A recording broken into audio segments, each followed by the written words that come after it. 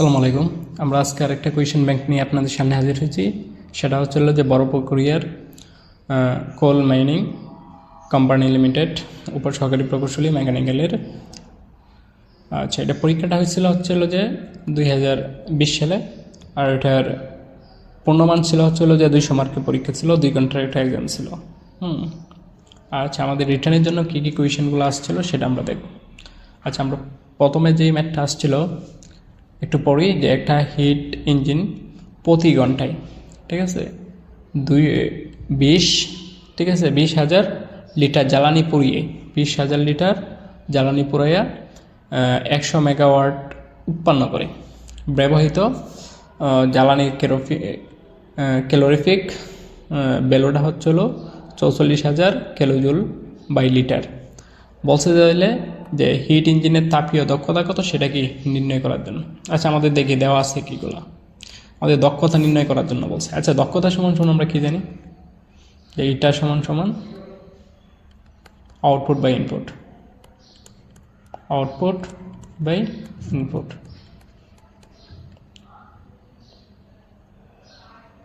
Input. আচ্ছা, এই জায়গায় বলছে যে তাপীয় দক্ষতা মানে কি থার্মাল ইফিসিয়েন্সি, এর জন্য কি টিএস দিলাম। থার্মাল ইফিসিয়েন্সি আমাদের কি নির্ণয় করার জন্য বলছে। আচ্ছা, আমাদের তাহলে যে একটা হিট ইঞ্জিন প্রতি ঘন্টায় 20,000 লিটার জ্বালানি পুড়ায়, মানে প্রতি ঘন্টায় আমাদের কি 20,000 লিটার কি জ্বালানি পুড়াইতেছে। জ্বালানি খরচটা দেখি,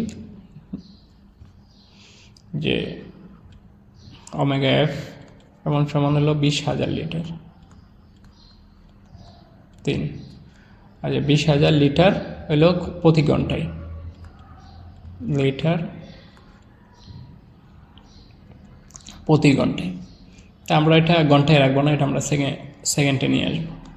তাহলে হলো 20,000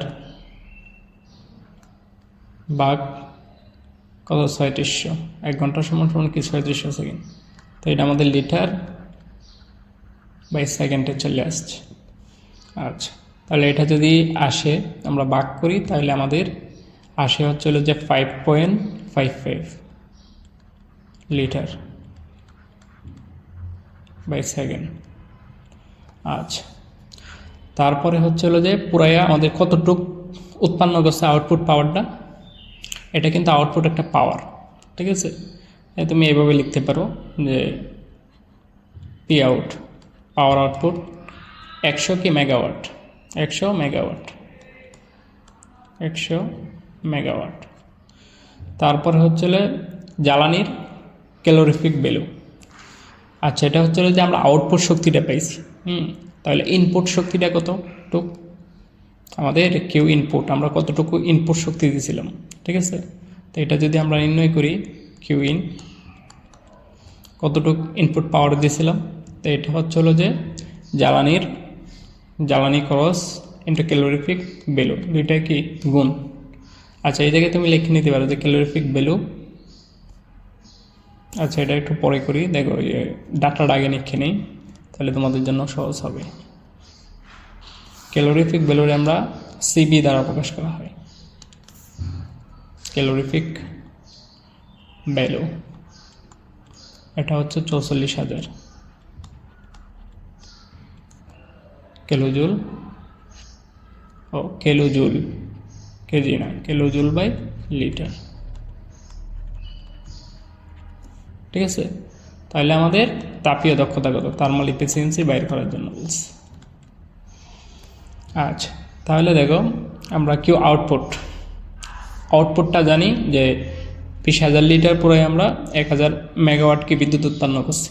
তাই আমরা ইনপুট পাওয়ার, মানে কতটুকু আমরা জ্বালানি ইনপুটে দিয়েছিলাম, কিউ ইন।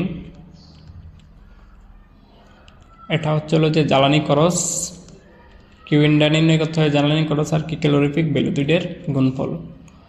তাহলে আমাদের আসে ওই জায়গায় কত আমরা নির্ণয় করছিলাম সেকেন্ডে 5.55, আর ক্যালোরিফিক ভ্যালু হচ্ছে কত, 44,000, ঠিক আছে। এটা যদি আমরা গুণ দিই তাহলে আমাদের কি আসবে, ইউনিটটা যদি একটু দেখার চেষ্টা করো, ঠিক আছে। ইউনিটটা যদি দেখার চেষ্টা করো তাহলে কি আসে, দেখো এটা হচ্ছে হলো কি litre by second, litre by second. আর আমাদের ক্যালোরিফিক ভ্যালু হচ্ছে হলো কি kilojoule by second, kilojoule by litre. ঠিক আছে, লিটার লিটারে আমাদের কাটা চলে যায়, তাহলে ওই জায়গায় পাই আমরা কি কিলোজুল বাই কি সেকেন্ড। তো আমরা কি লিখতে পারি, কিলোওয়াট লিখতে পারি। ঠিক আছে, তো এটা যদি আমরা গুণ দিই তো আমরা কি কিলোওয়াট পাবো। তো আমরা কত কিলোওয়াট পাই দেখি, 5.55 এটা 44,000। আচ্ছা, এটা আমরা পাইতেছি হচ্ছে 244200, এত কি কিলোওয়াট। আচ্ছা দেখো, আমাদের আউটপুট পাওয়ারটা কিন্তু মেগাওয়াটে আছে। ঠিক আছে, তো এটাও আমরা কি মেগাওয়াটেও নিয়ে যেতে পারি। ঠিক আছে, কিলোওয়াটটাকে আমরা কি মেগাওয়াটে নিতে পারি। তো মেগা যদি তাহলে কী করতে হবে, আবার 1000 যদি ভাগ দিই তাহলে আমরা কি মেগাওয়াটে চলে যাবে। আচ্ছা, মেগাওয়াটে নিয়ে নিই, ভাগ 1000, তাহলে আমাদের মেগাওয়াট আসছে হচ্ছে 244.2 মেগাওয়াট। কিলোওয়াট থেকে কি মেগাওয়াটে কি রূপান্তর করলাম। আচ্ছা, এখন যদি আমরা জাস্ট খালি বসাই দিই তাহলে আমাদের কি থার্মাল এফিসিয়েন্সি চলে আসবে। ঠিক, কিউ আউট কতটুক, কিউ আউট মানে হচ্ছে হলো যে পি আউট, এই মানটা মানে কি এত কিলোওয়াট, মানে আমরা কি 20,000 লিটার জ্বালানি পুরাইয়া, ঠিক আছে, 100 মেগাওয়াট কি বিদ্যুৎ উৎপাদন করছি। তাহলে এটা হচ্ছে হলো যে আমাদের কি পি আউটপুট, মানে কি পাওয়ার আউটপুট পাইছি। আর ইনপুট পাওয়ার কতটুকু ছিল, ইনপুট পাওয়ার হচ্ছে কিউ ইন। এখন যদি দুইটা মান বসাই তো এই জায়গায় হচ্ছে হলো যে 100 আর ওই জায়গায় হচ্ছে হলো কি 244.2। তাহলে আমাদের থার্মাল এফিসিয়েন্সি কত আসবে, 100/244.2।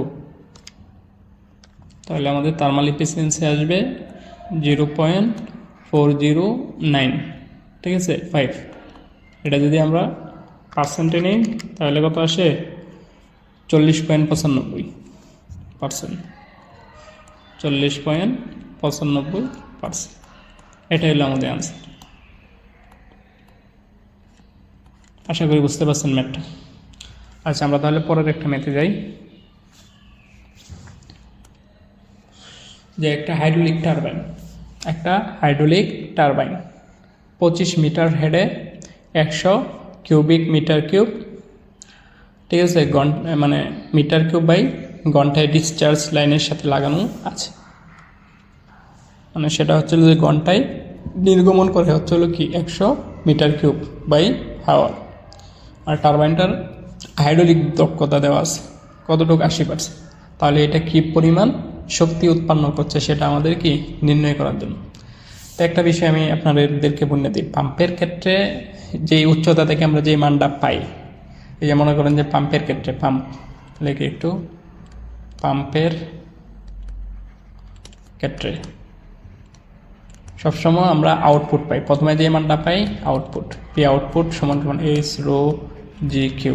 ঠিক আছে, আর টারবাইনের ক্ষেত্রে এই মানটাই আমরা কি পাই, ইনপুট পাই। ঠিক আছে, টারবাইনের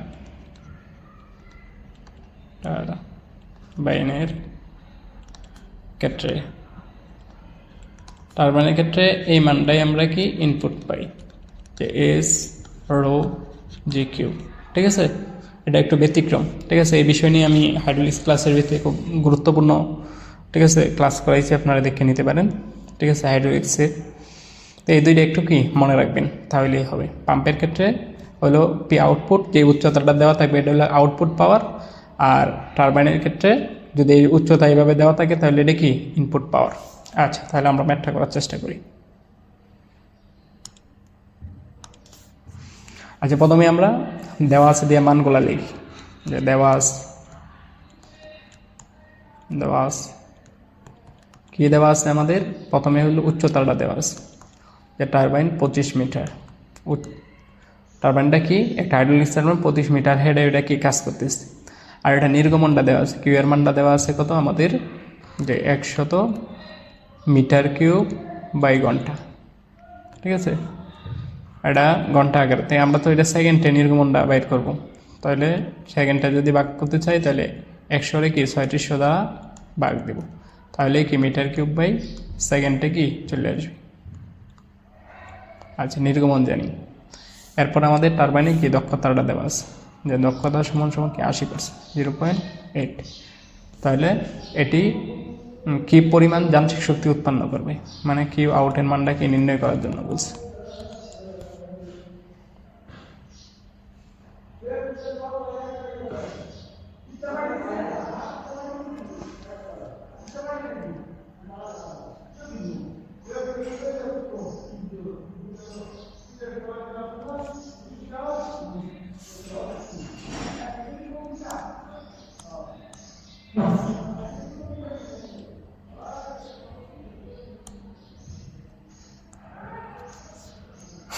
আচ্ছা, তাহলে আমরা আমরা জানি এটা যেমন টারবাইন, তাহলে কি পি ইনপুট শক্তি আমরা কতটুকু দিচ্ছি টারবাইনের ভিতরে, তাহলে এস রো জি কিউব।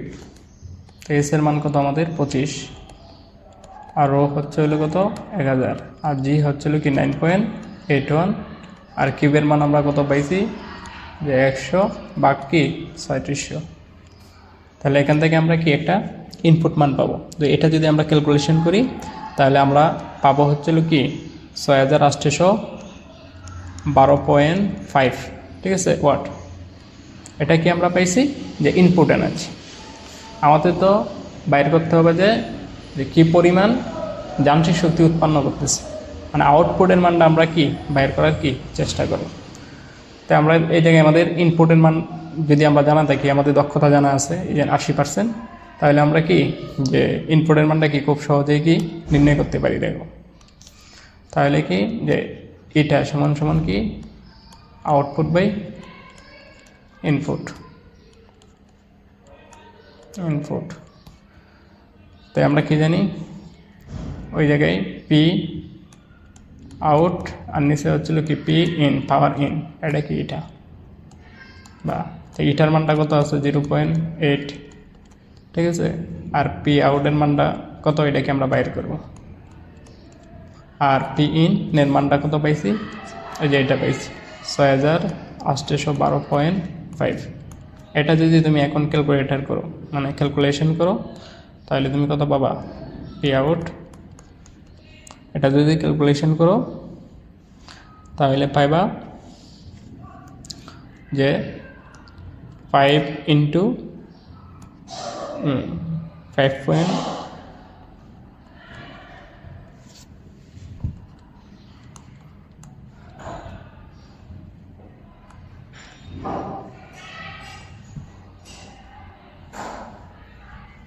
5.45 into 10 cube watt. তো এটা দিয়ে কিলোওয়াটে রূপান্তর করো তাহলে কি 5.45 কিলোওয়াট। এটাই আমাদের আনসার, যে যান্ত্রিক শক্তি কী পরিমাণ উৎপন্ন করবে। তাই আমাদের উৎপন্ন করবে 5.45 কিলোওয়াট। এটাই হলো আনসার। আশা করি বুঝতে পারছো।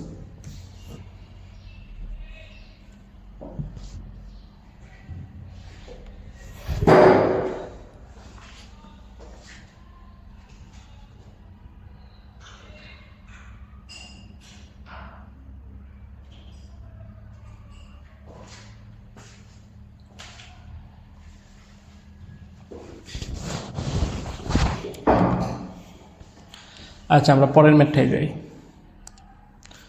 আচ্ছা, এই জায়গায় বলছে যে গোলাকার 2 মিটার ব্যাসের একটা সোজা পাইপের ভিতর দিয়ে 10 মিটার পার সেকেন্ড বেগে গিয়ে পানি প্রবাহিত হচ্ছে।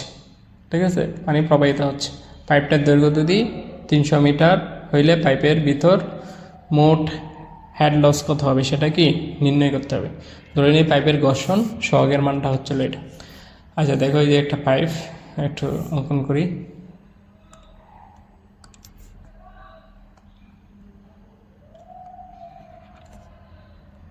এই যে ধরো একটা পাইপ, ঠিক আছে, এই একটা পাইপ। মানে বলছে যে পাইপের একটা গোলাকার পাইপের 2 মিটার ব্যাস। এই ব্যাসটা কতটুকু, ডি এর মান দেওয়া আছে হচ্ছিল 2 মিটার। আর এটার ভিতর দিয়ে কত ব্যাগে পানিটা প্রবাহিত হয়, ব্যাগটা দেওয়া আছে, বি এর মান দেওয়া আছে, ব্যাগ হচ্ছে হলো কি 10, এদিক দিয়ে যে পানি প্রবাহিত হইতে এটা কি 10 মিটার পার সেকেন্ড, ঠিক আছে। তারপরে হচ্ছে যে পাইপটার দৈর্ঘ্য, এই যে এই পাইপটার দৈর্ঘ্য হচ্ছে হলো কতটুক, পাইপের দৈর্ঘ্য হচ্ছে হলো 300 মিটার, 300 মিটার। তাহলে এর ভিতর দিয়ে হেড লস কত হবে, এসএফ এর মানটা নির্ণয় করার জন্য বলছে, এবং ঘর্ষণ সহগ মানে কি এফ এর মান দেওয়া আছে, ঘর্ষণ সহগের মান হচ্ছে হলো কি 0.021, ঠিক আছে। তাই দেখো এটা জাস্ট ডার্সির সূত্রটা বসাই দিলে আমাদের কি ম্যাথটা হয়ে যায়, ঠিক আছে। মেজর লসে জাস্ট ডার্সির সূত্রটা বসাই দিলেই হয়, যে উই নো এসএফ সমান সমান কি 4FL বি স্কোয়ার বাই কি 2GD, ঠিক আছে। 4 আর এফ এর মানটা কত, ঘর্ষণ সহায়ক হলো 0.021, আর এল কত, এল হলো কি 300 মিটার, 300, আর বি মানে কত বেগে পানি প্রবাহিত হইতেছে 10 মিটার পার সেকেন্ড, ঠিক আছে। এই যে বি স্কোয়ার, ঠিক আছে। আর ওই জায়গায় হচ্ছিল কি 2G হচ্ছিল কি 9.81 অভিকর্ষ ত্বরণ, আর ডি হচ্ছে 5 ব্যাস কত 2। তো এখন যদি তুমি এটা দিয়ে ক্যালকুলেশন করো তাহলে তোমার মান আসবে কত 61.16 মিটার, এটাই হলো আনসার। হেড লস কতটুক 61.16 মিটার। আশা করি বুঝতে পারছো, সিম্পল ম্যাথ ছিল এটা।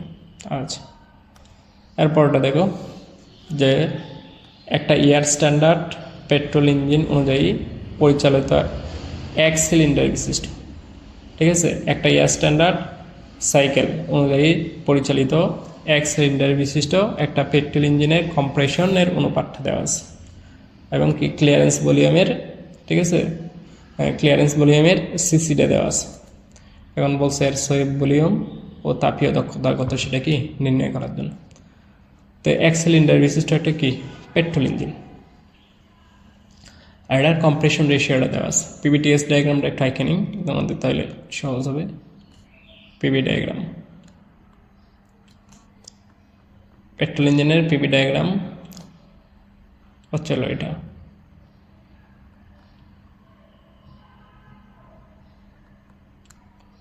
1 2 3 4,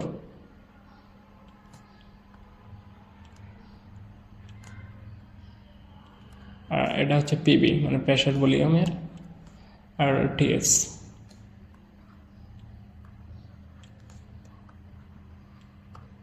টি এটা হচ্ছে এস।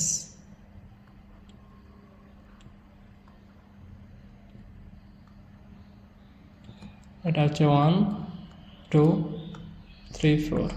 আচ্ছা একটা এয়ার স্ট্যান্ডার্ড সাইকেল অনুযায়ী পরিচালিত এক সিলিন্ডার বিশিষ্ট একটা পেট্রোল ইঞ্জিনের কম্প্রেশন রেশিও হলো এটা, ঠিক আছে, যে 1 থেকে 2, এই জায়গায় কি ভলিউমটা কি কম্প্রেশন হইতেছে না।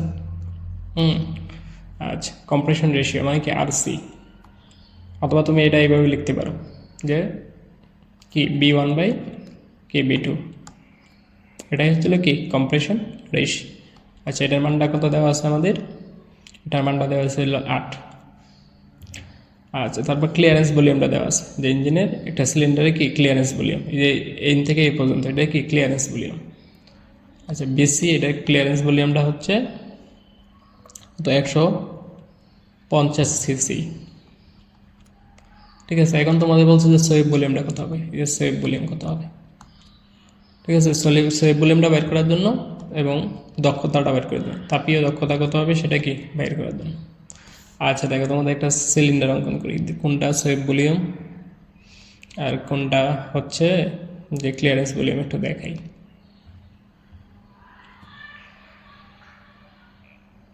এই যে দেখো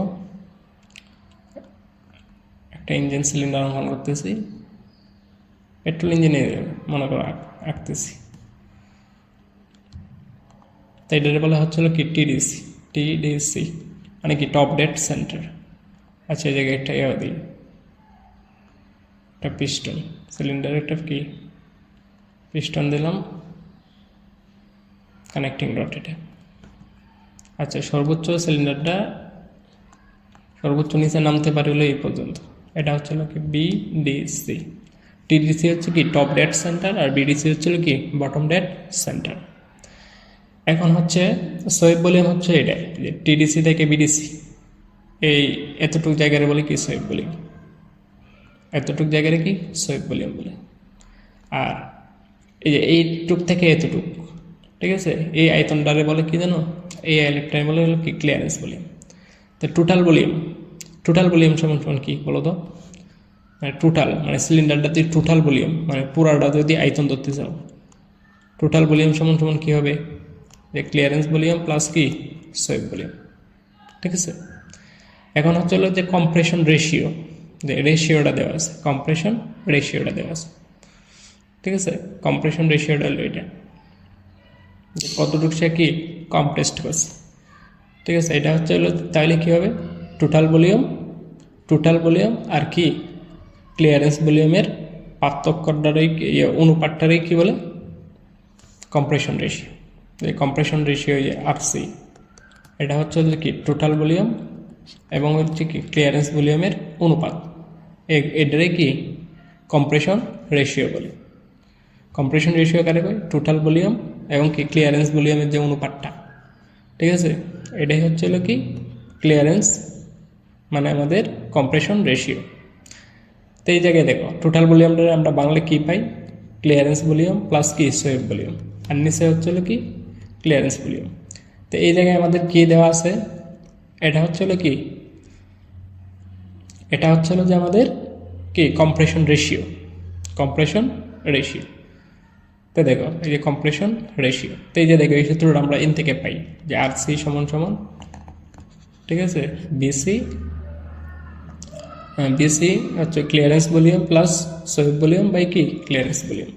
তো দেখো ম্যাথটা আমাদের প্রথমে কী বলছে, যে সোয়েব ভলিউমটা নির্ণয় করার জন্য, এই যে সোয়েব ভলিউম, এই সূত্রটা জাস্ট বসায় দিলে কি অঙ্কটা হয়ে যাবে। আশা করি বুঝতে পারছো। আচ্ছা দেখো আমি ম্যাথটা করার চেষ্টা করি।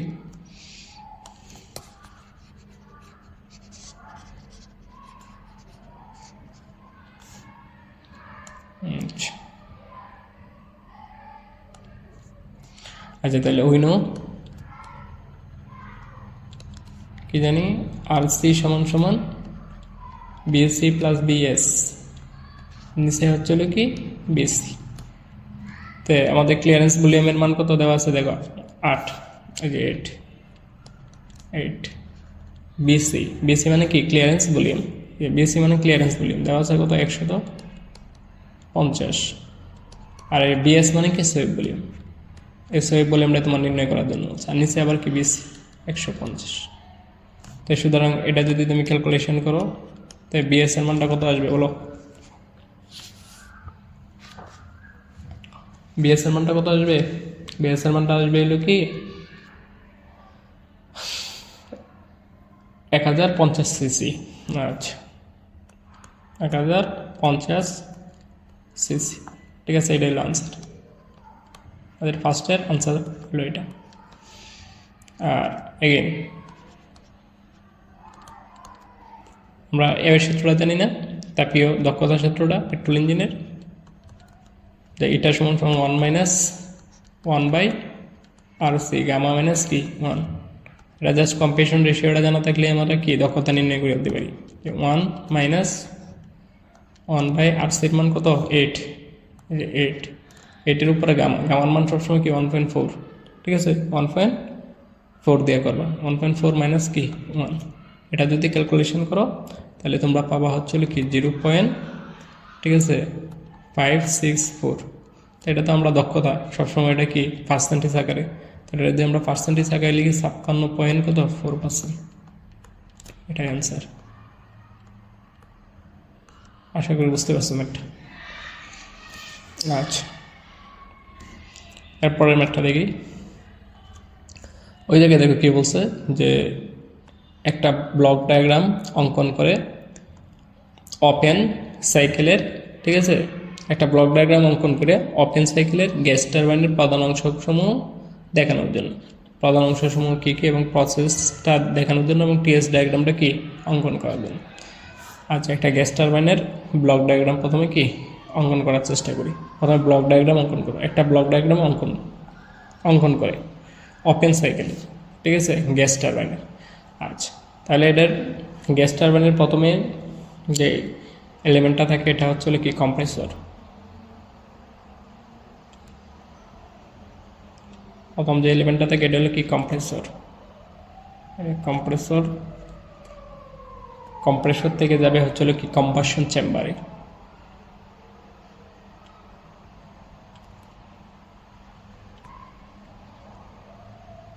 এটা হচ্ছে কম্বাসন চেম্বার। এরপর আমাদের থাকে হচ্ছে একটা টারবাইন।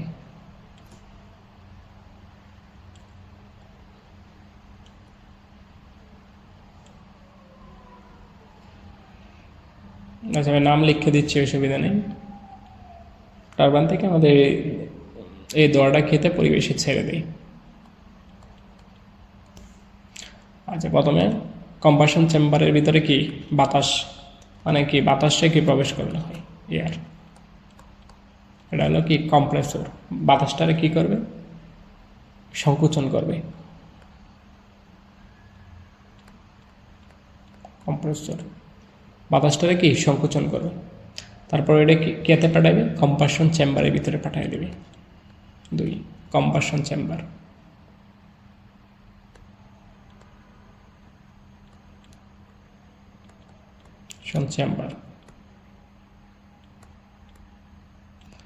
কম্বাসন চেম্বার থেকে সেটা কেটে পাঠিয়ে দিবে টারবাইনে।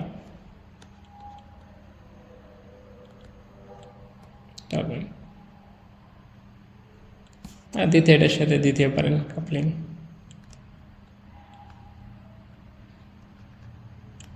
ঠিক আছে, আর এটা দরডারে কি পরিবেশে কি ছেড়ে দিবে। এটা 3, এটা হলো কি 4। এটা হচ্ছে হলো কি কম্বাসন প্রোডাকশন।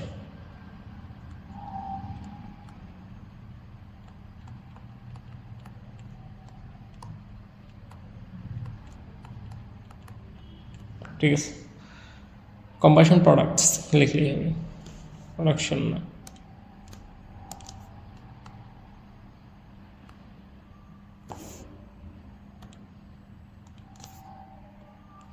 ঠিক আছে, আচ্ছা, এখন আমরা এটার পিভিটিএস ডায়াগ্রামটা অঙ্কন করি, যে প্রসেসগুলো দেখানোর জন্য যখন আমাদেরকে বলছে আমাদের এই পর্যন্ত চিত্র। ঠিক আছে, এদিক দিয়ে ফুয়েল কম্বাসন চেম্বারের, এদিক দিয়ে কি ফুয়েল দেয়, হেভি ফুয়েলগুলা।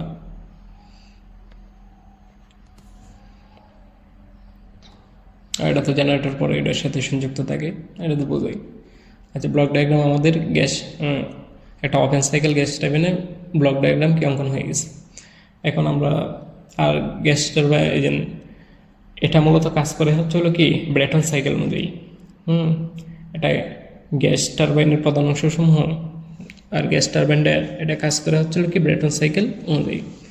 আচ্ছা, ব্রেটন সাইকেল পিভিটিএস ডায়াগ্রামটা একটু অঙ্কন করি।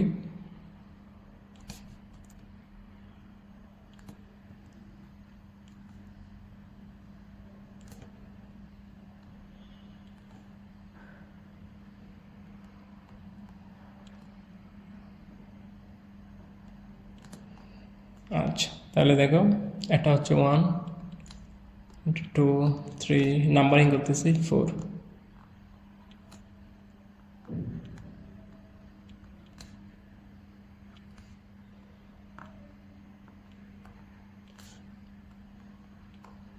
পিবি আর টিএস ডায়াগ্রামটা অঙ্কন করি।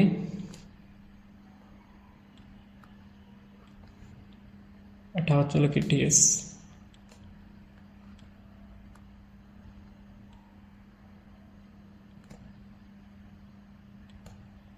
এই 1 2 3 4, দেখো পিবি ডায়াগ্রাম যেগুলো বাঁকা লাইন, টেস্ট ডায়াগ্রামে এগুলো কি সোজা লাইন। ওই যে দেখো 1 থেকে 2 এটা কি বাঁকা লাইন, এই যে দেখো টেস্ট ডায়াগ্রামে সোজা, দেখো 2 থেকে 3 এটা সোজা লাইন, টেস্ট ডায়াগ্রামে এটা কি বাঁকা লাইন। এই তোমরা এগুলো বুঝো। তো দেখো 1 থেকে 2 আমাদের কি প্রসেস বলছে, যে প্রসেসগুলো দেখানোর জন্য টিএস ডায়াগ্রাম অঙ্কন চিহ্নিত করতে হবে, এবং সেটা কি প্রসেসগুলো দেখানোর জন্য। তো দেখো যে 1 থেকে 2 আমাদের 1 থেকে 2 এটা কি প্রসেস, এই যে 1 থেকে 2, এটা তো বাঁকা, আমরা বাঁকা লাইনে তো বলতে পারি না যে এটা কি প্রসেস, কিন্তু টিএস ডায়াগ্রামে দেখো এটা সোজা, তাহলে এটা আমাদের কি, এটা কি প্রসেস, রিভার্সিবল এডিওবেটিক। আর এই জায়গায় দেখো কম্প্রেসরের কাজ কি, কম্প্রেসরের কাজ হলো কি আয়তনটা সংকুচন করা, এর জন্য এটা কি কম্প্রেশন প্রসেস, বুঝলো। তো 1 থেকে 2 রিভার্সিবল, লিখি সিবল রিভার্সিবল এডিওবেটিক,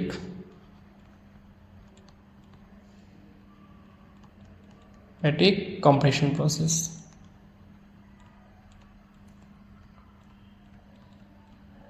প্রসেস 1 থেকে 2 প্রসেস আমরা লিখলাম, এখন লিখি 2 থেকে 3, 2 থেকে 3 এটা কি প্রসেস। দেখো 2 থেকে 3 এই জায়গায় সোজা লাইন আছে না, তো এটা হচ্ছে কি কনস্ট্যান্ট প্রেশার প্রসেস, এই যে দেখো পি বরাবর, ঠিক আছে, এই জন্য এটা কি constant pressure process, constant pressure process. আচ্ছা দেখো এরপরে 3 থেকে 4, 3 থেকে 4, 3 থেকে 4 এটা কি প্রসেস, এটা তো বাঁকা লাইন, এই জায়গাতে সোজা লাইন, তো এটা হচ্ছে কি রিভার্সিবল, ঠিক আছে, রিভার্সিবল এডিওবেটিক। আর এই জায়গায় দেখো টারবাইনের এই জায়গায় কি আয়তনটা কি বাইরে দিতে না আস্তে আস্তে, তো এটা এর জন্য কি এটা এক্সপানশন প্রসেস, তো রিভার্সিবল এডিওবেটিক এক্সপানশন প্রসেস হবে, রিভার্সিবল এডিওবেটিক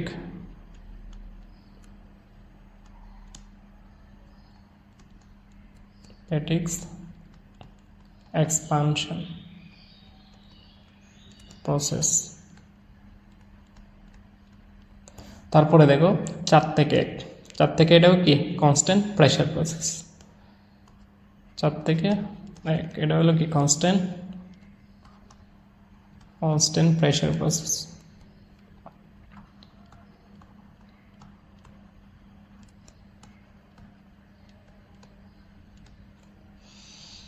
আশা করি তোমরা বুঝতে পারছো, এই যে এই ডায়াগ্রামগুলো অঙ্কন করে দিলেই হবে, আমাদের কিন্তু পিপি ডায়াগ্রাম বলে নেই, ঠিক আছে, এই জায়গায় আমাদের বলছে হচ্ছিল কি যে এটা, এই যে দেখো এটা যে খোলা রাখছি এটা কি ওপেন সাইকেল, আর এটা যদি এই পর্যন্ত এটা যদি সংযোগ করে দিতাম তাহলে এটা আমাদের কি যেত, এটা আমাদের ঠিক আছে ক্লোজ সাইকেল হয়ে যেত। আশা করি তোমরা বুঝতে পারছো।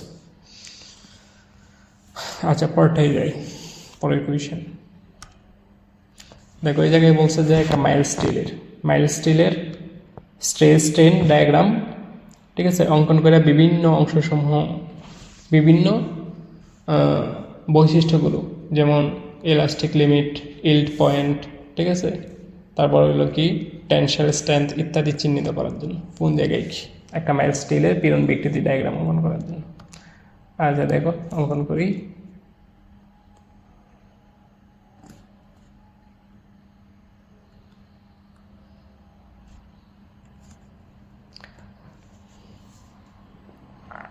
বাঁকা দিয়ে দিই লাইনটা সবসময় আমি। আচ্ছা যাই হোক একটু করে নিই, এদিক দেখি।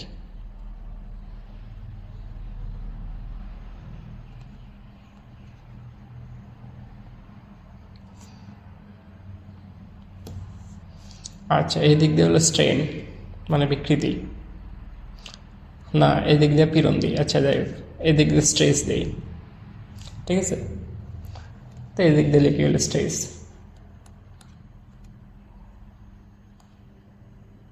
স্ট্রেস, আর এই দিক দিয়ে হলো স্ট্রেন, স্ট্রেন মানে হলো কি বিকৃতি।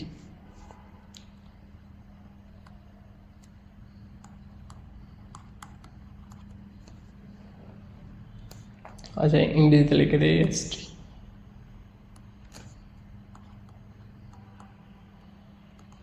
স্ট্রেন মানে কি বিকৃতি।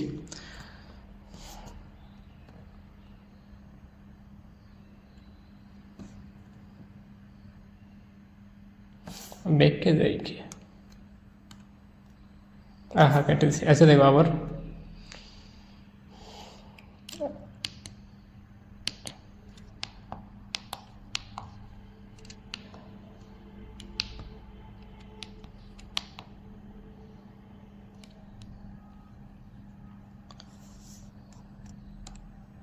আচ্ছা দেখো আবার অঙ্কন করতেছি।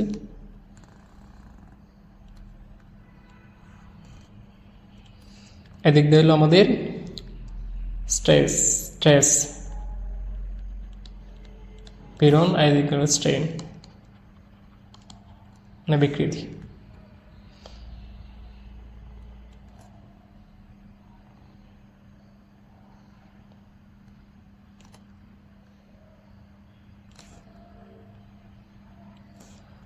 আচ্ছা দেখো,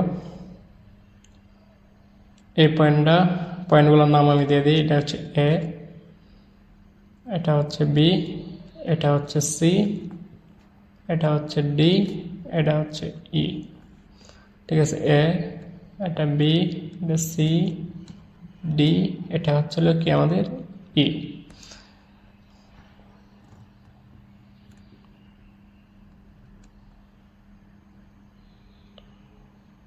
এই যে এই পয়েন্ট থেকে এটারে বলা হচ্ছে ইলাস্টিক রেঞ্জ।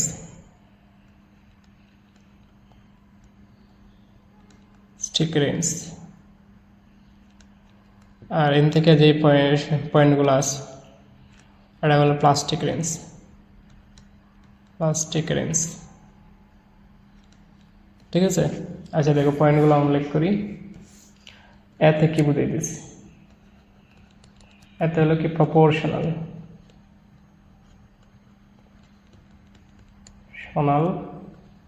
লিমিট।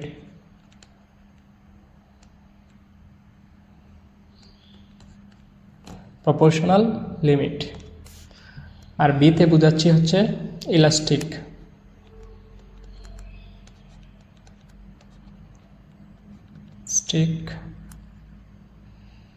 লিমিট। আর সিতে বোঝাইতেছে হচ্ছে ইল্ড পয়েন্ট।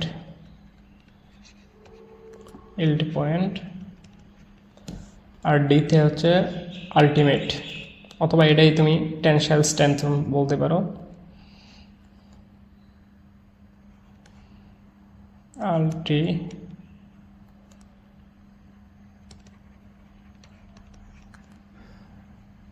আলটিমেট লিমিট অথবা পয়েন্ট, ঠিক আছে। অথবা ই হচ্ছে হলো তোমার ব্রেকিং পয়েন্ট।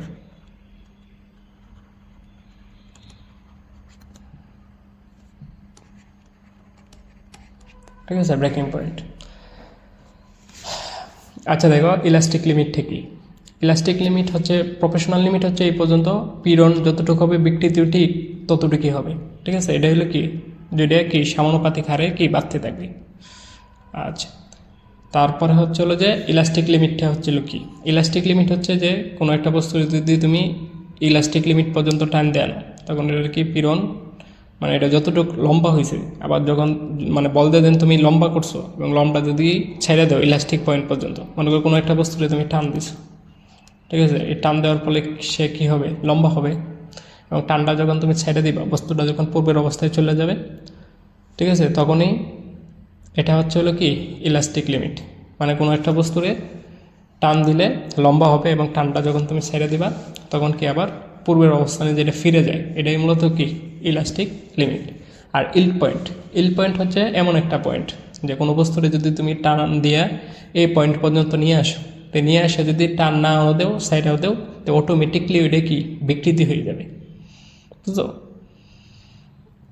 আচ্ছা দেখো, এই জায়গায় আমি লিখছি হচ্ছিল কি প্লাস্টিক রেঞ্জ হচ্ছে হলো যে তোমার কি ইলাস্টিক পয়েন্ট পর্যন্ত, মানে কোনো বস্তুরে যদি তুমি ইলাস্টিক পয়েন্ট পর্যন্ত আনো টানা দিয়ে, এবং পরে যদি টান ছেড়ে দাও, তখন এটা কি পূর্বের অবস্থায় কি ফিরে যাবে। কিন্তু ইলাস্টিক পয়েন্টের পরে যে আলটিমেট স্ট্রেস আছে, মানে আলটিমেট স্ট্রেস অথবা ব্রেকিং পয়েন্ট আছে অথবা ইল্ড পয়েন্ট আছে, এই তিনটে পয়েন্ট যে কোনো একটা পয়েন্ট পর্যন্ত নিয়ে গেলে বস্তুটা যখন বল যদি তুমি ছেড়ে দেয়, তখন কি এটা পূর্বের অবস্থায় ফিরে আসবে না, মানে কি বিকৃতি করতে যাবে। বুঝলো বিষয়টা? আচ্ছা যাই হোক, আমি চিহ্নিত করছি, তোমরা এইভাবে চিহ্নিত করলেই কি হবে। এটা হলো স্ট্রেস, পীড়ন, এটা হলো কি স্ট্রেন। ঠিক আছে, প্রত্যেকটা পয়েন্টে দেখাইলাম। আচ্ছা, এরপরে দেখো আমাদের কী বলছে, যে সিলিন্ড্রিক্যাল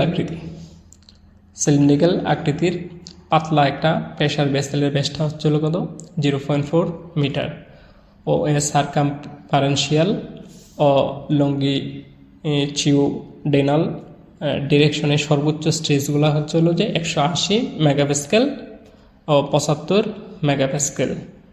ঠিক আছে, তাহলে এটির অভ্যন্তরীণ প্রেশার দেওয়া আছে আমাদের 3 মেগাপ্যাসকেল। তাহলে প্রেশার ভেসেলটির পুরুত্ব সর্বনিম্ন কতটুকু হবে সেটা কি নির্ণয় করার জন্য। তো দেখি আমাদের ডাটাগুলো দেওয়া আছে। প্রথমে হচ্ছিল কি ব্যাস, যে ব্যাসটা আমাদের দেওয়া আছে কত, প্রেশার ভেসেলের 0.4 মিটার। আচ্ছা, এরপর দুইটারই স্ট্রেস দেওয়া আছে। প্রথমে হলো কি সাবমার্কাম্পারেনশিয়ালের, তো আমরা প্রথমে লিখি যে ট্যানজেনশনাল স্ট্রেসটারে আমরা সাবমার্কাম্পারেনশিয়ালটা বলতেছি যে এসটি, এটা হচ্ছে হলো কত 180 মেগাপ্যাসকেল আছে, মেগাপ্যাসকেল। আমরা অঙ্ক করার সময় তো মেগা দিয়ে করবো না, সেটা প্যাসকেল।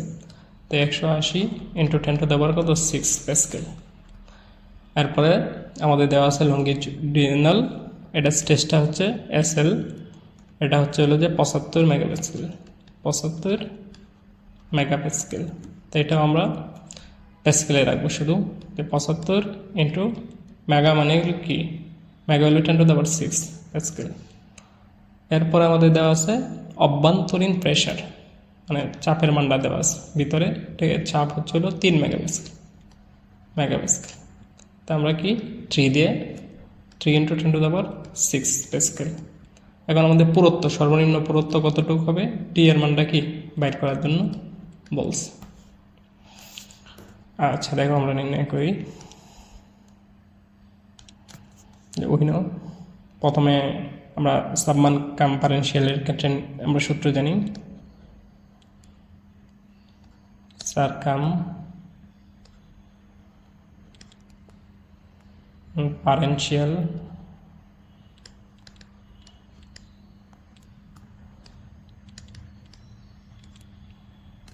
তো এর সূত্রটা আমরা কি জানি, যে এসটি সমান সমান PD/2T। আর এই জায়গায় আছে একটা কি লঙ্গিটিউডিনাল,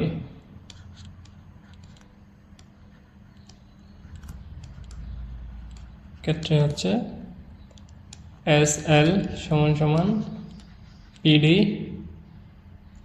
PD/4T। আচ্ছা, এখন জাস্ট খালি মান বসায় দিয়ে যেটার পুরুত্ব বেশি দেখবা পাবা সেটাই কি বসায় দেবে, এটাই কি সর্বনিম্ন পুরুত্ব হবে। আচ্ছা দেখো আমরা মান বসাই। প্রথমে সাবমার্কাম্পারেনশিয়াল হলো কি 180 × 10⁻⁶, আর পি এর মান হচ্ছিল কি 3 × 10⁻⁶, আর ডি এর মানটা হচ্ছিল কত 0.4, আর নিচে হচ্ছিল কি 2T। এটা যদি আমরা সলভ ফাংশন দিয়ে করি তাহলে থিকনেসটা আমাদের আসতেছে হচ্ছে হলো কত 3.33 × 10⁻³ মিটার। আমরা যদি মিলিমিটার এককে নিই তাহলে কি 3.33, ঠিক আছে, মিলিমিটার। আচ্ছা তোমাদের যদি এই ফরম্যাটে না আসে তো দেখবা ক্যালকুলেটরেতে ইএনজি মানে কি ইঞ্জিনিয়ারিং ফরম্যাটে ক্লিক দিবা, ঠিক আছে, শিফট দিয়ে কি ইঞ্জিনিয়ারিং ফরম্যাটে ক্লিক দিবা, অথবা মানটা তাহলে এইভাবে পাওয়া। আচ্ছা দেখো পরেরটা আমরা মান বসাই দিই লঙ্গিটিউডিনালের ক্ষেত্রে, যে ওই জায়গায় আছে দেখো 75 × 10⁻⁶, আর প্রেশারটা হচ্ছে হলো কত দেওয়া আছে আমাদের 3 × 10⁻⁶, আর ডি এর মান হচ্ছিল কি 0.4, নিচে হচ্ছিল কি 4T। এটা যদি আমরা ক্যালকুলেশন করি তাহলে টি এর মান আমাদের কত আসবে 4 × 10⁻³ মিটার, ঠিক আছে, এটা আসছে। তো এটা যদি আমরা মিলিমিটার এককে নিই তাহলে কি 4 মিলিমিটার। তো আমাদের সর্বনিম্ন পুরুত্ব কত হবে, আনসার লিখবা হচ্ছে হলো যে প্রেশার ভেসেলের সর্বনিম্ন পুরুত্ব দ্বারা প্রেশার বেসেলের সর্বনিম্ন পুরুত্ব সমান সমান হচ্ছিল কি 4 মিলিমিটার। এটা অ্যান্সার। আশা করি তোমরা বুঝতে পারছো ম্যাথটা। জাস্ট দুইটা সূত্র পালাবা তাহলেই কি হয়ে যাবে। আর যেটা সবচেয়ে বড় পুরুত্ব সেটাই কি সর্বনিম্ন পুরুত্ব। ঠিক আছে, আচ্ছা।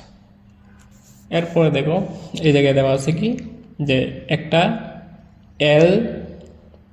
এল মিটার, ঠিক আছে, দৈর্ঘ্য ক্যান্টিলিভার বিমের পুরোটা বিস্তৃতি ধরে, ঠিক আছে, কত কিলোগ্রাম মিটার হারে লোড দেওয়া আছে।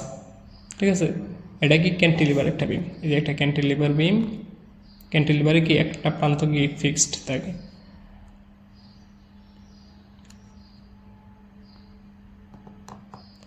সমভাবে বিস্তৃত মানে কি ডিস্ট্রিবিউটেড লোড দেওয়া আছে।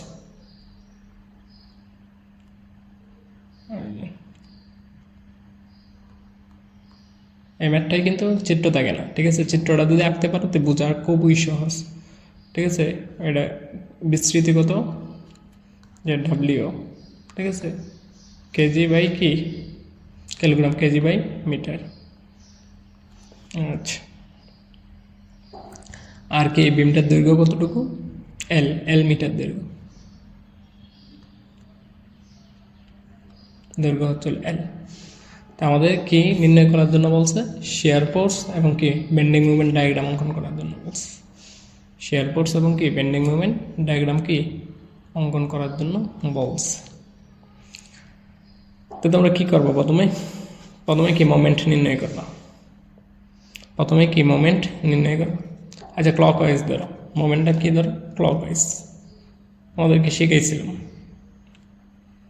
যে ক্লকওয়াইজ মোমেন্ট। তাই দেখো এগুলো কি ক্লকওয়াইজ আছে, সব অ্যান্টি ক্লকওয়াইজ। তো প্রথমেরটা কী হবে, ডিস্ট্রিবিউটেড লোডটা মোট দূরত্বের সাথে কি গুণ আকারে হবে প্রথমে। ঠিক আছে, দূরত্বের সাথে গুণ আকারে হবে। এরপরে কি দূরত্বের অর্ধেক, মানে তাহলে দূরত্বের অর্ধেক কত, L/2। আর এটা দেখো এটা কি ক্লকওয়াইজ না অ্যান্টি ক্লকওয়াইজ। এই দিক দিয়ে হচ্ছে কি পজিটিভ, এইদিকে হচ্ছে পজিটিভ, কিন্তু লোডটা কি এই দিক দিয়ে ক্রিয়া করতেছে, তো এটা কি বিপরীতে না, এজন্য কি মাইনাস। বুঝতে পারছো, এই যে মাইনাস। তো একটাই তো লোড আমাদের, তো মাইনাস পাইছি মানে হলো কি এটা কোন দিকে ক্রিয়া করবে, মুভমেন্টটা কোন দিকে ক্রিয়া করবে, ঘড়ির কাটার দিকে। আমি তো বলছিলাম যে যদি মাইনাস পাই সমান সমানের পরে, তাহলে এটা কি সবসময় আমাদের যে ডিরেকশন থাকবে সেই ডিরেকশনই। তো আমরা মুভমেন্টটা পাইছি কিন্তু এই যে এই ডিরেকশনে মুভমেন্টটা। ঠিক আছে, এখন তুমি জাস্ট একটা রিয়াকশন ফোর্সটা নির্ণয় করতে পারো।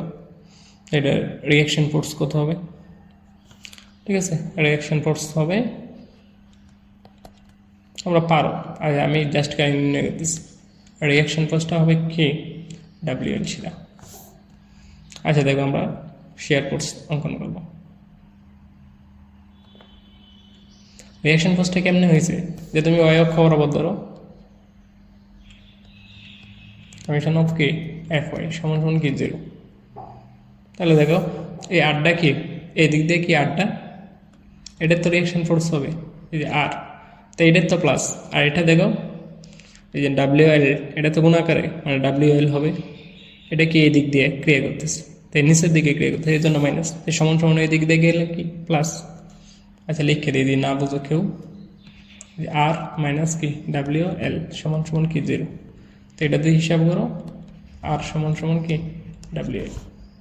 বুঝতে পারছো? আচ্ছা দেখো আমরা এখন এও নির্ণয় করবো, SFD মানে কি শেয়ার ফোর্স ডায়াগ্রাম। তো দেখো আমরা মুক্ত প্রান্ত থেকে শুরু করি, সবসময় আমরা কি মুক্ত প্রান্ত থেকে শুরু করার চেষ্টা করবো ক্যান্টিলিভার বিম। দেখো এখান থেকে কোনো বল আছে, বল নাই, কিন্তু একটা বল আছে নিচের দিকে ক্রিয়া করতেছে, সেটা কত, সেটা হচ্ছে কত, বুঝলেন, ডিস্ট্রিবিউটেড লোড না, এটাতে গুণ দেয় WL। তো একদম সোজা হবে 1 ডিগ্রি লাইন, ঠিক আছে। এই জায়গায় WL। আর আমাদের রিয়াকশন ফোর্সটা কত পাইছি WL, এই যে সমান সমান জায়গায় মিলে গেল, 0 হয়ে গেল। এবার টান দিয়ে দিতে পারো।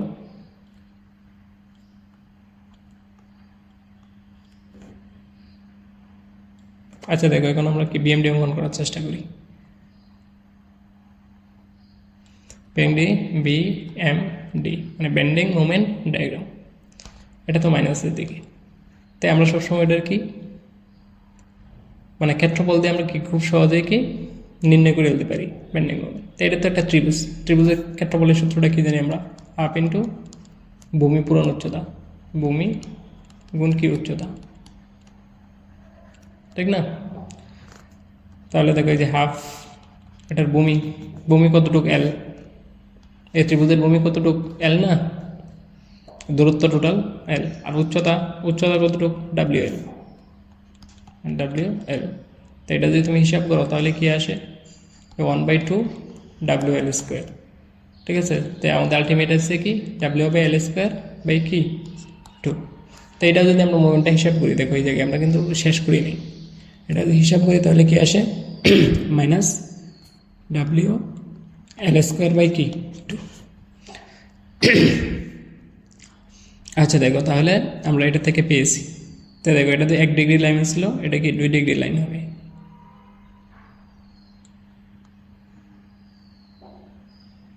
একটু বাঁকা হবে, ঠিক আছে, একটু বাঁকা হবে। আচ্ছা একটা নতুন করে অঙ্কন করে দিই তোমাদের। আহা কেটে গেল।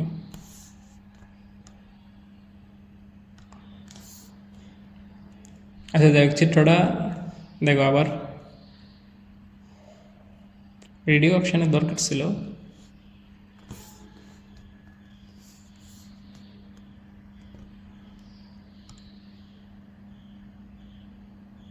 রেডিও অপশান নাই মনে হয়তো।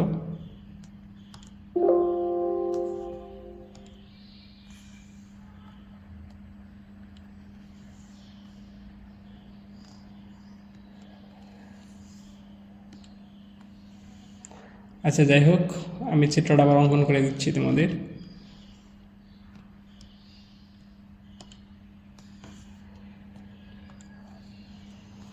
এই যে দেখো চিত্র,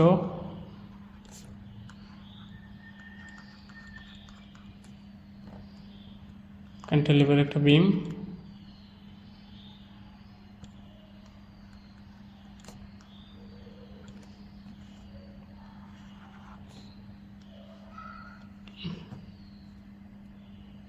এটার দৈর্ঘ্যটা হচ্ছিল L,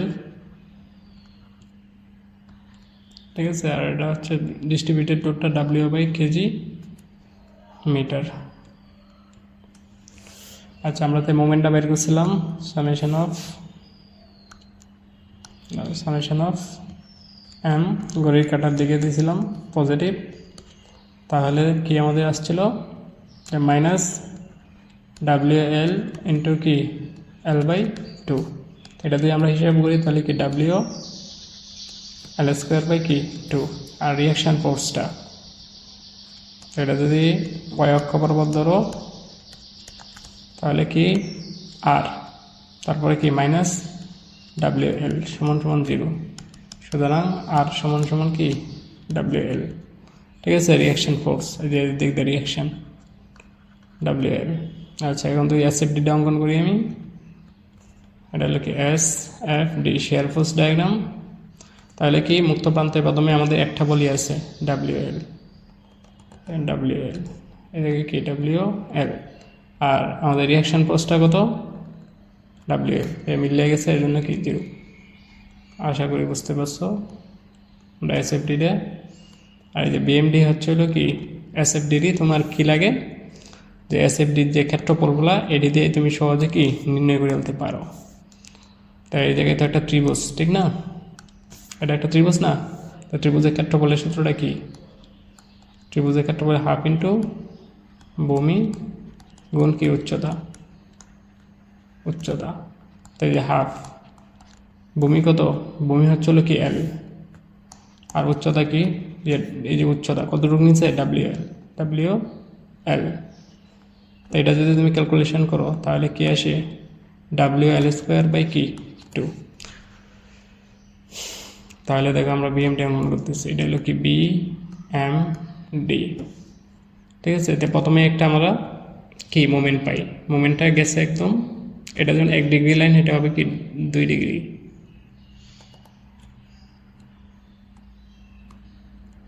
এই 2 ডিগ্রি লাইন। তাহলে এটা কত WL² 2। দেখো ইন যে মোমেন্টটা আছে, আমরা মোমেন্টটা যে নির্ণয় করছি ক্লক ওয়াইজ, এটা কি দেখছো ক্লক ওয়াইজ, মোমেন্টের ডিরেকশনটা কিন্তু এইদিকে, ঠিক না। তাহলে তো এটা কি ঘড়ির কাঁটা না, এজন্য কি এটা উপরমুখী উঠে যাবে, এই যে উপরমুখী। তাহলে কি আমাদের কি 0 পয়েন্টে কি মিলিত হয়ে যাবে, বুঝছো, এই উপরে উঠে যাবে, পজিটিভ হবে। ঘড়ির কাঁটার দিকে যদি হয় মোমেন্টটা তাহলে কি উপরের দিকে হবে, আর ঘড়ির কাঁটার বিপরীত হয় তাহলে কি নিচের দিকে নেমে যায়। তো এটাই আমাদের দেখো যে উপরে উঠে যাবে, মিলে যাবে। তাই আশা করি বুঝতে পারছো তোমরা। আচ্ছা, আমরা এর পরবর্তীতে পরের ম্যাথটাই যাই, যে কী বলছে। দেখো এই জায়গায় কিছু আমাদের সংজ্ঞা বলছে, ঠিক আছে। প্রথমে বলছে যে ম্যাক নম্বর বিষয়টা কি, তারপরে রেনল্ড নাম্বার, পাইসনের অনুপাত, মডুলাস অফ ইলাস্টিসিটি, এগুলো কি সেটা কি। আচ্ছা, ম্যাক নাম্বার জিনিসটা কি আমাদেরকে একটু বোঝাই। ম্যাক নম্বর হচ্ছে এটার এম দ্বারা প্রকাশ করা হয়। এটা হচ্ছে হলো যে বস্তুর বেগ আর শব্দের বেগের অনুপাতটারই আমরা মূলত কি ম্যাক নাম্বার বলি। আমি জাস্ট সূত্রগুলো লিখে দিই, জাস্ট একটু বুঝো, তাহলে খুব সহজ হবে, তুমি বানিয়ে দিতে পারো। ম্যাক নম্বর কারে কয় বস্তুর বেগ এবং কি শব্দর বেগের যে অনুপাতটা, সেটারই আমরা কি বলতেছি ম্যাক নাম্বার বলতেছি, বি অথবা কি বিএস। আচ্ছা, এরপরে হচ্ছিল কি রেনল্ড নাম্বারের বিষয়টা কি। রেনল্ড নাম্বার এটা RE দ্বারা প্রকাশ করা হয়। রেনল্ড নাম্বার হচ্ছিল কি ইনার্শিয়া ফোর্স এবং কি বিসকাস ফোর্সের অনুপাতটারই কি কয় রেনল্ড নাম্বার বলে। লিখে দেয় ইনার্শিয়া ফোর্স এবং কি বিসকাস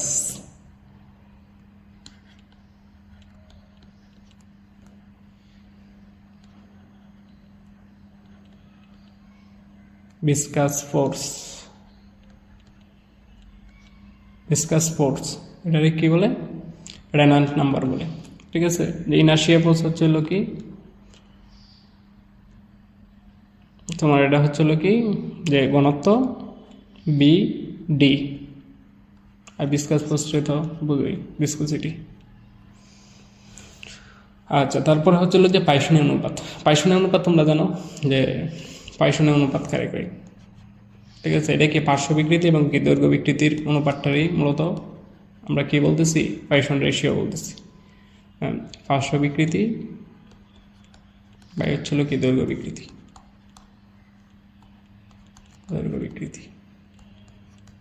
এটাই মূলত হচ্ছে কি পাইসনীয় অনুপাত। তাহলে কি পার্শ্ব বিকৃতি হলো কি del D/D আর দৈর্ঘ্য বিকৃতি হলো কি del L/L। এটা যদি একের সাথে লিখো যেটা পাও এটি। আচ্ছা, আরেকটা আছে দেখো মডুলাস অফ ইলাস্টিসিটি বিষয়টা কি। মডুলাস অফ ইলাস্টিসিটি জানো যে স্থিতিস্থাপক সীমার মাধ্যমে কি পীড়ন বিকৃতি সমানুপাতিক, ঠিক আছে। একটা স্থিতিস্থাপক সীমার মাধ্যমে পীড়ন এবং কি বিকৃতিটা সমানুপাতিক। পীড়ন সমানুপাতিক হলো কি বিকৃতি, আমরা ডায়াগ্রামে দেখাইছি না। তো এই যে ওই জায়গায় এই সমানুপাতিক সাইনটা তোলার জন্য মূলত কি ব্যবহার করা হয়, ইলাস্টিক মানে মডুলাস অফ ইলাস্টিসিটি। তাহলে আমরা কি পাই, এটা দিয়ে তুলে দিই, তাহলে কি পীড়ন বাই বিকৃতি। তাহলে কি আমরা কি বলতেছি মডুলাস অফ ইলাস্টিসিটি কি বলতেছি, যে স্থিতিস্থাপক সীমার মধ্যে কি পীড়ন বিকৃতি সমানুপাতিক। আচ্ছা, 10 নম্বরে আমার যেটা আসছিল সেটা হচ্ছে দেখো যে অ্যাক্সেসরিজের কাজগুলো কি। নিম্নে বয়লারে এগুলো সবগুলো কি অ্যাক্সেসরিজ, যে ইকোনোমাইজার, এয়ার প্রি হিটার, তারপরে কি ব্যাপল, চিমনি বা চিমনির ড্রাফট কাট। আচ্ছা, ইকোনোমাইজার তোমরা জানো যে পরিত্যক্ত ফ্লো গ্যাসের তাপকে ব্যবহার করে যেটা কি ফিড ওঠারে উত্তাপ্ত করা, এটাই হচ্ছে কি ইকোনোমাইজারের কাজ। ইকোনোমাইজার ব্যবহার করার ফলে থেকে 15 থেকে 20% জ্বালানি খরচটা কি হয় হ্রাস করে। ও বয়লারের স্টিম উৎপাদনের ক্ষমতাও কি বৃদ্ধি করে। আচ্ছা, এয়ার প্রিহিটার বিষয়টা কি লিখে রাখছি দেখো, বয়লারের পরিত্যক্ত ফ্লো গ্যাসের তাপকে ব্যবহার করে কম্বাসন চেম্বারে প্রবেশকৃত যে বাতাসটা, কম্বাসন চেম্বারের ভিতরে যে বাতাসটা প্রবেশ করা হয় সেটা উত্তপ্ত করার জন্য কি এয়ার প্রিহিটার কাজ করে। আচ্ছা, উত্তপ্ত বাতাস প্রবেশ করানোর ফলে ফার্নেসের তাপমাত্রা অবশ্যই কি বৃদ্ধি পায়। এর ফলে পানিতে বেশি পরিমাণ তাপের সঞ্চালন করা যায় এবং প্রতি কেজিতে জ্বালানি বাষ্পায়ন ক্ষমতা কি বেড়ে যায়। আচ্ছা, ব্যাপক জিনিসটা কি যে এটা বলছে যে ওয়াটার টিউব বয়লারের উত্তপ্ত গ্যাসে মানে ওয়াটার টিউব বয়লারের উত্তপ্ত গ্যাস টিউবের চারপাশে সঠিকভাবে চলাচলের নিশ্চিত করাই হচ্ছে ব্যাপল প্লেটের কাজ। এটা তোমরা বোঝো যে ওয়াটার টিউব বয়লার হচ্ছে কি যে বয়লারের পাইপের ভিতরে পানি এবং চতুর্পাশে কি ফ্লো গ্যাসগুলো থাকে, ওইটাই মূলত কি ওয়াটার টিউব। তাই বোঝারই কথা যে ওয়াটার টিউব বয়লারের উত্তপ্ত গ্যাসের টিউবের চারপাশে সঠিকভাবে চলাচল নিশ্চিত করা হচ্ছিল কি ব্যাপল প্লেটের কাজটা। আচ্ছা দেখো, চিমনির হচ্ছিল কি ডাব কাট, মানে চিমনির ডাব কাটের কাজ হচ্ছিল কি কম্বাসন চেম্বার ও বায়ুমণ্ডলের চাপের পার্থক্য তৈরি করা। এর ফলে কম্বাসন চেম্বারের পুরা গ্যাসগুলো খুব সহজেই কি হয় বায়ুমণ্ডলে নির্গত হইতে পারে, ওইটার কারণে। বুঝছো, চিমনির ড্রাফট কাটের কাজটা হচ্ছে কি কম্বাসন চেম্বার এবং বায়ুমণ্ডলের চাপের একটা কি পার্থক্য তৈরি করে। ঠিক আছে, আচ্ছা বুঝার কথা এগুলোই আসছিল। তো আমাদের যে এই পর্যন্ত আলোচনা হয়েছে